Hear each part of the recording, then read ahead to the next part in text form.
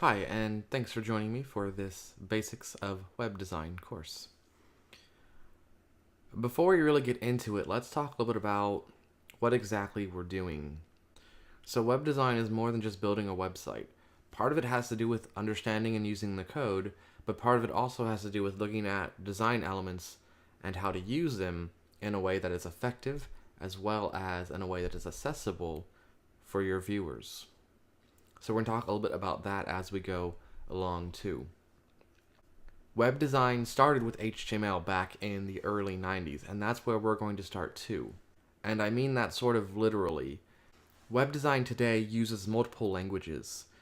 You have the core, which is what we're going to talk about, but in addition to that, you can have stuff like Ruby or Python, PHP, or all sorts of other languages. You can even have frameworks that do some of that stuff for you too. So instead of just JavaScript, you might have like AngularJS, or you might have Sass instead of just CSS. So there's all of these extra parts that have really changed the way the web works and the way that people can design sites today.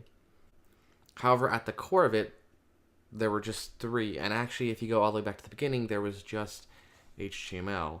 HTML started with the web and was specifically designed for it. A couple years after the web went public and people started building things with HTML, JavaScript came along.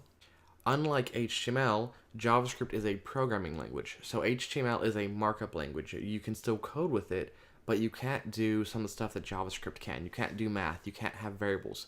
You can't have some of these things that really allow a much more dynamic and rich experience. A little while later, CSS came along. People had been building websites for a while without it, so they were already comfortable. So it took a while before it really caught on. But we'll talk more about these as we move through the course. So what do you need? You most likely already have it. If you're viewing this on a computer, like Windows or Mac or Linux or whatever, you probably already have it. The only concerns for this course would be if you're viewing on some sort of mobile device, or if you're using like a Chromebook or something that doesn't necessarily have some of the applications you might need. Now, that's not to say that you can't do it on those, just the way that you would have to do it might differ a little bit, and we can talk about that later on. You need the internet, which you have if you're watching this, and you need some sort of plain text editor to follow along. So like this, and we'll talk more about that later as well. So that's it for now. I hope that gives you sort of an idea of what the intent is, and in the next video we'll actually build our first web page. It's going to be very rudimentary, but it will be technically a web page. At that same time, I'll talk a little about text editors and show you what you need to have to follow along, whether that be on a Mac or a PC or etc.